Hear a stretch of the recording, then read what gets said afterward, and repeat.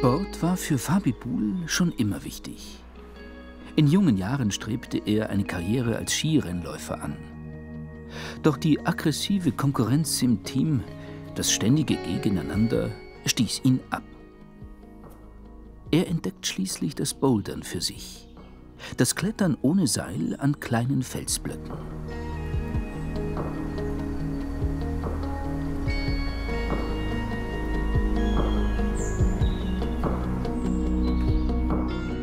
Schon nach kurzer Zeit knackt er härteste Probleme und macht in der Boulder-Szene schnell auf sich aufmerksam. Bis er sich bei einem Sturz beide Sprunggelenke bricht. In der für ihn so ungewohnten, ärztlich verordneten Zwangspause beginnt er, sich für das Klettern mit Seil zu interessieren. Für Fabi zählt die Ästhetik und der stilistische und psychische Anspruch einer Kletterei mindestens so viel wie der bloße Schwierigkeitsgrad. Darum fällt sein Blick schnell auf Kreationen eines seiner Vorbilder, Alexander Huber. Ich habe vom Fabian Buhl natürlich immer wieder mal so News gelesen, dass er harter Boller ist, aber er hat mich dann ein bisschen überrascht, weil er mich mit einem Mal kontaktiert hat, dass er die Nirvana wiederholen will.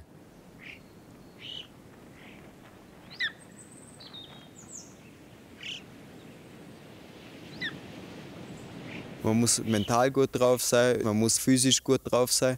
Aber das war einfach eine Herausforderung und der wollte mich stellen.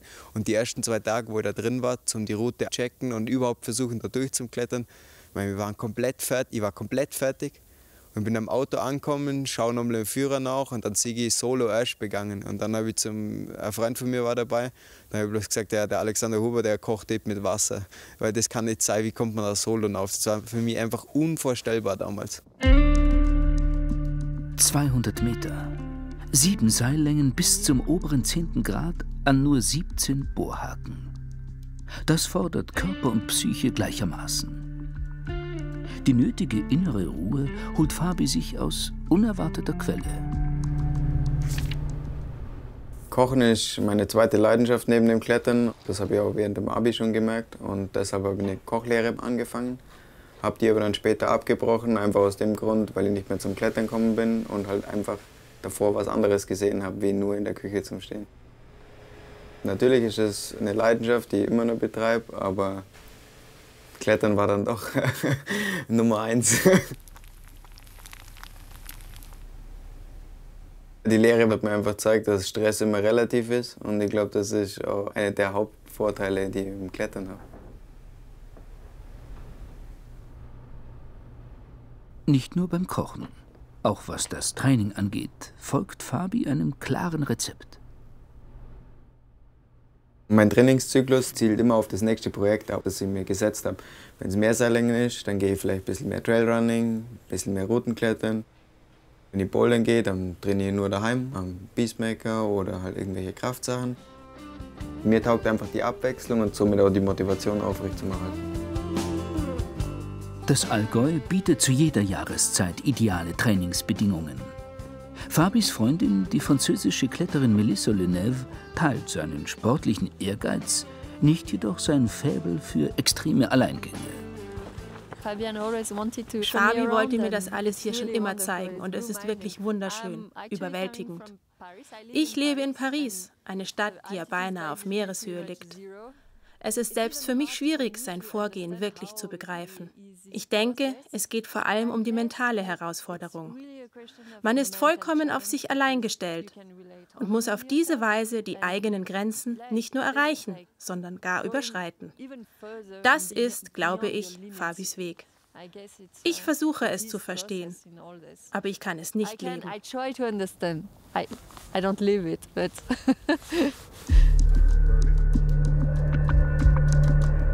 Die Route von Alex Huber an der Wetterbockwand, die ist mir nie aus dem Kopf gegangen. Und dann habe ich mich dazu entschieden, es zu probieren. In meinem bevorzugten Stil, also wollte ich Solo probieren. Und ja, er hat gemeint, das geht nicht und das war noch viel mehr Ansporn.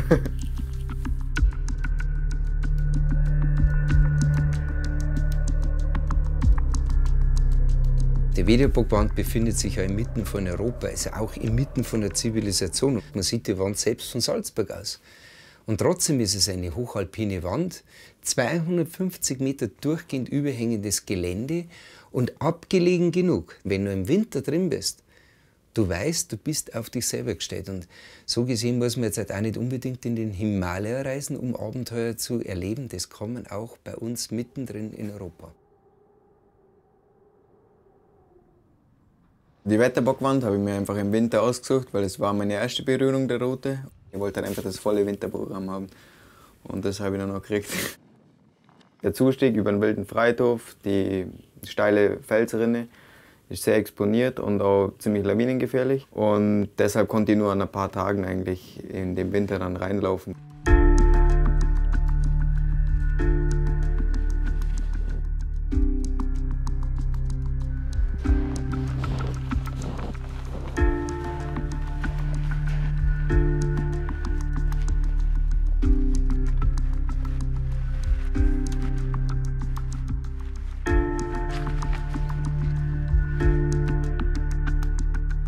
Wenn man dann am Wandfuß ankommt, dann waren wir schon 5 Stunden unterwegs und ist eigentlich komplett bedient. Und dann bin ich am ersten Tag noch ein paar Längen geklettert, habe drunter bivakiert und bin dann nachts wieder hochgechimmert, um das Tageslicht auszunützen und den ganzen nächsten Tag zum Klettern.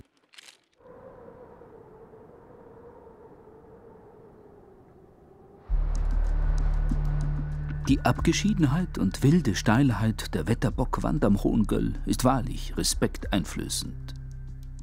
Selbst wenn man technische Hilfsmittel nutzt, ist die Route extrem schwer.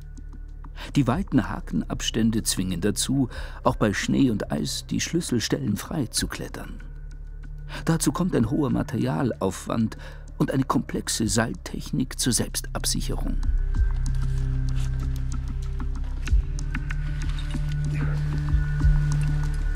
Die Kletterei ist sehr athletisch, weil die Wand für alpine Wand ziemlich steil ist. Und die Krux ist sehr, sehr kleingriffig und trotzdem ausdauernd. Ich musste immer mal wieder Schnee von den Griffen schmelzen, wieder abklettern, wieder hochklettern. Also es war halt einfach deutlich, deutlich anspruchsvoller wie die Länge dann im Sommer einfach zum Klettern.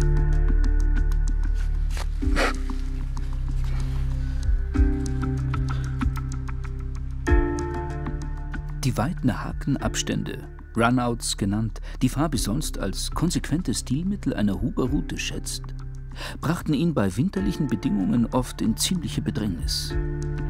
Oben raus, da darf ich halt einfach nicht fallen, weil wenn ich oben einfach bei den 15 Metern, wenn ich kurz vor dem Strand abrutsche, weil ich auf dem eisigen Tritt stehe oder so, dann geht es einfach dahin, der donnerst da unten ein.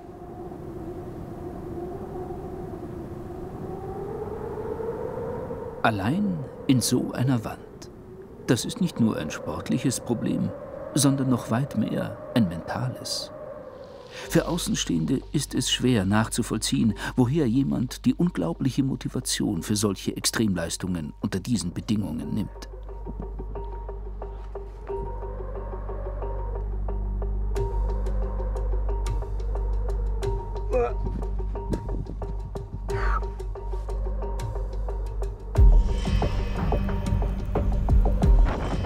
Derart hohe Schwierigkeitsgrade im Winter und im Alleingang zu klettern, das ist etwas Neues. Die althergebrachten sportlichen Bewertungskriterien à la schneller, höher, weiter oder das bloße Überbieten einer bestehenden Marke hat für Fabi Buhl keinen Reiz. Es ist das Neuland, das ihn anspornt, das selbst Kreierte, die eigene Idee, die ihn zum Gipfel bringt.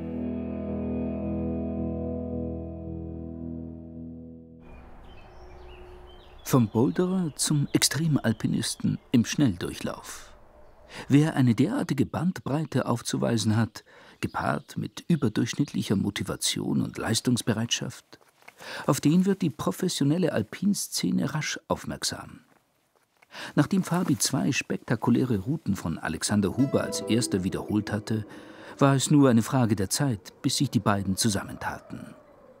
Für Fabi erfüllte sich ein Traum, mit seinem Vorbild jetzt eine Seilschaft zu bilden. Das erste gemeinsame Ziel lag in Spanien. Mit dem Alex ist es einfach super, weil ich Klettern angefangen habe ich von ihm Bilder gesehen, jetzt darf ich mit ihm selber klettern und wir ergänzen uns einfach zur Seilschaft. Niemand schreibt dem anderen was vor, sondern es wird immer akzeptiert, was ich mache. Ich mache ihm keine Vorschriften, er macht mir keine Vorschriften und trotzdem geht einfach was vorwärts und das macht halt einfach Spaß. Der Naranjo de Bulnes ist wohl der auffälligste Gipfel der Picos de Europa im Norden Spaniens. Und die Geschichte der Route Winterschlaf ist legendär. Ganze 69 Tage verbrachten die spanischen Erstbegeher 1983 in der Wand. Nonstop. Alex Huber und Fabi Buhl sind die Ersten, die die Route in freier Kletterei, also Rotpunkt, durchsteigen. Die Linie ist genau nach ihrem Geschmack. Steil, athletisch und spärlichst abgesichert. Weite Flüge inklusive.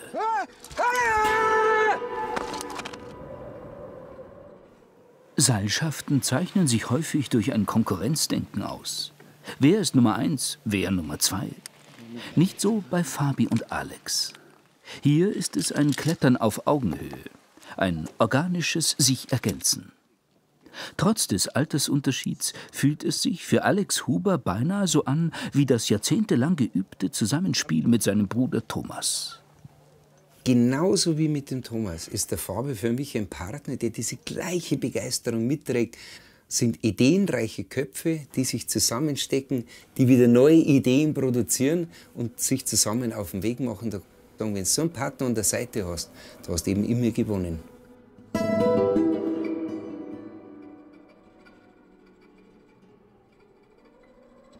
Der zweite Partner beim Klettern ist die Ausrüstung.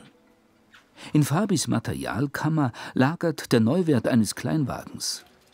Das Equipment muss den Ansprüchen seines Benutzers genügen.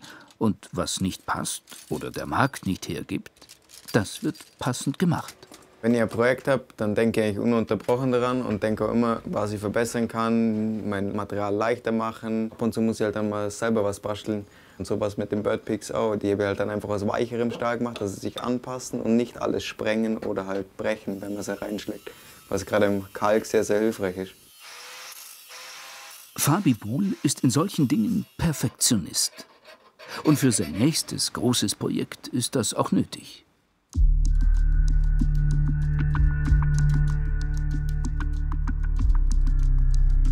Zurück an der Lofer Steinplatte will Fabi es Alexander Huber gleichtun. Direkt neben dessen Nirvana findet er eine eigene Neuroute, Ganesha. Ganesha ist halt der hinduistische Gott, der Hindernisse aus dem Weg räumt und der neuen Anfänge. Und das fand ich einfach passend für die Route.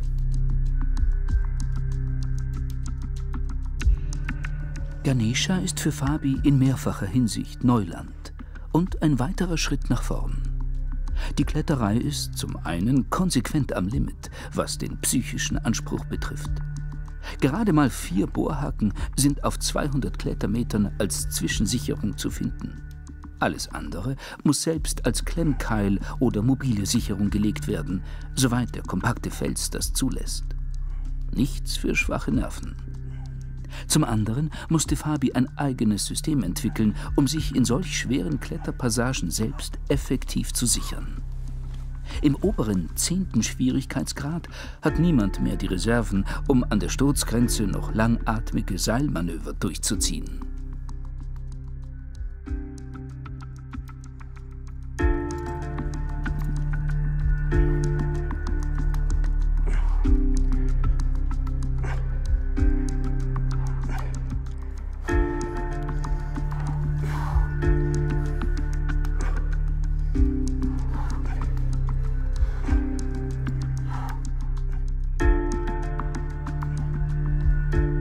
Der Kreis schließt sich.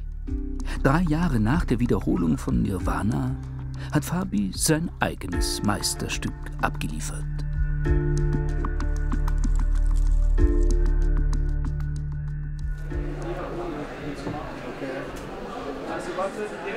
Zu Hause ist Fabi inzwischen nur noch selten. Und wenn, dann kommt er immer wieder zurück auf das Bouldern. Jene Essenz des Kletterns, mit dem für ihn alles begonnen hat. Sei es zum Training oder auch nur just for fun. Alpine Alleingänger stehen oft in dem Ruf, auch privat eher verschrobene Einzelgänger zu sein. Einsamer Extremsport als Kompensation für mangelnde Sozialkompetenz. So lautet oft das küchenpsychologische Urteil der Umwelt. Auf Fabi Buhl trifft das mit Sicherheit nicht zu. Trotz aller Reisen und fernen Projekte nutzt er jede sich bietende Möglichkeit, um mit Freunden zu Hause im Allgäu Zeit zu verbringen und in Kontakt zu bleiben. Wie hier in der Kletterhalle in Sonthofen. Wir hatten schon wieder angefangen da zum Klettern, oder?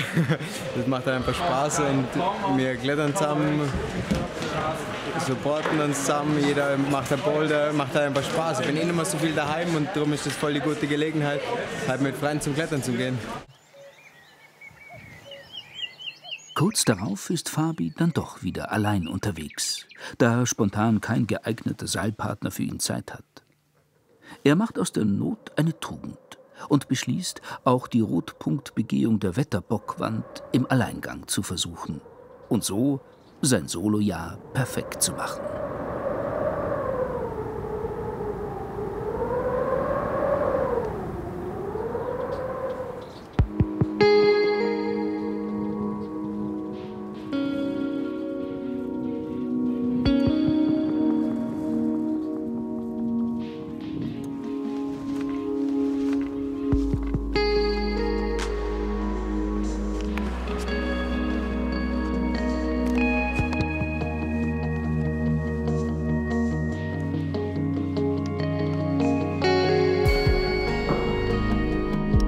Bei der Winterbegehung war das Seilmanagement immer darauf ausgelegt, von Bolt zu Bolt. Das heißt, ich habe immer wieder das Gewicht an die Wand bauen können. Im Sommer war es deutlich anspruchsvoller, weil ich einfach alles Gewicht mitnehmen habe müssen. Die Seilschlaufen während dem Klettern aufmachen müssen, um mich sichern. Also ich durfte keinerlei Zwischensicherung während der Länge belasten, weil ich sehr Rotpunkt klettern wollte.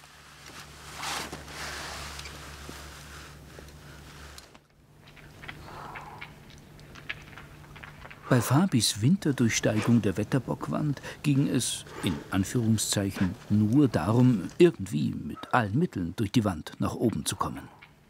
Dagegen ist es bei einer Rotpunktbegehung nicht erlaubt, Seil oder Haken als Hilfe für den Aufstieg zu benutzen. Jeder Meter muss zwingend frei geklettert werden, sonst zählt die Begehung nicht. Nach einem Sturz wird vom letzten Standplatz aus erneut begonnen.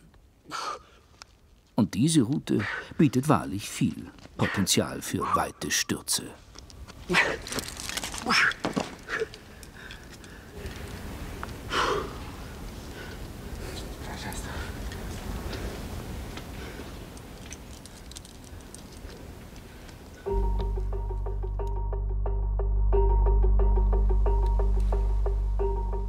Auf ein neues. Die Wand wehrt sich. Fabi steht ein harter Tag, ein harter Alleingang bevor. Doch Seillänge für Seillänge beißt er sich dem Ausstieg entgegen.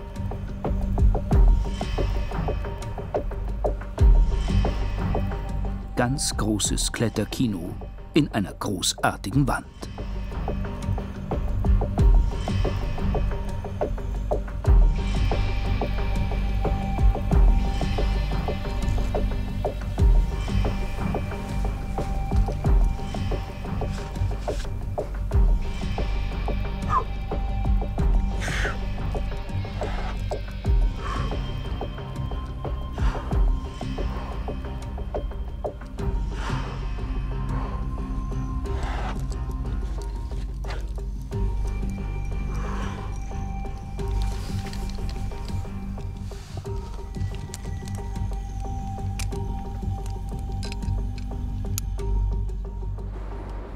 Zum zweiten Mal vollendet Fabi Buhl die Route, die ihm so viel abverlangt hat, die ihm aber auch so vieles beigebracht hat. Es ist gleichermaßen sportlicher Triumph, emotionales Highlight und eine Art reife Prüfung für eine neue Herangehensweise, ein neues Niveau im alpinen Klettern. Fabi Buhls Blick richtet sich nun weit in die Berge der Welt.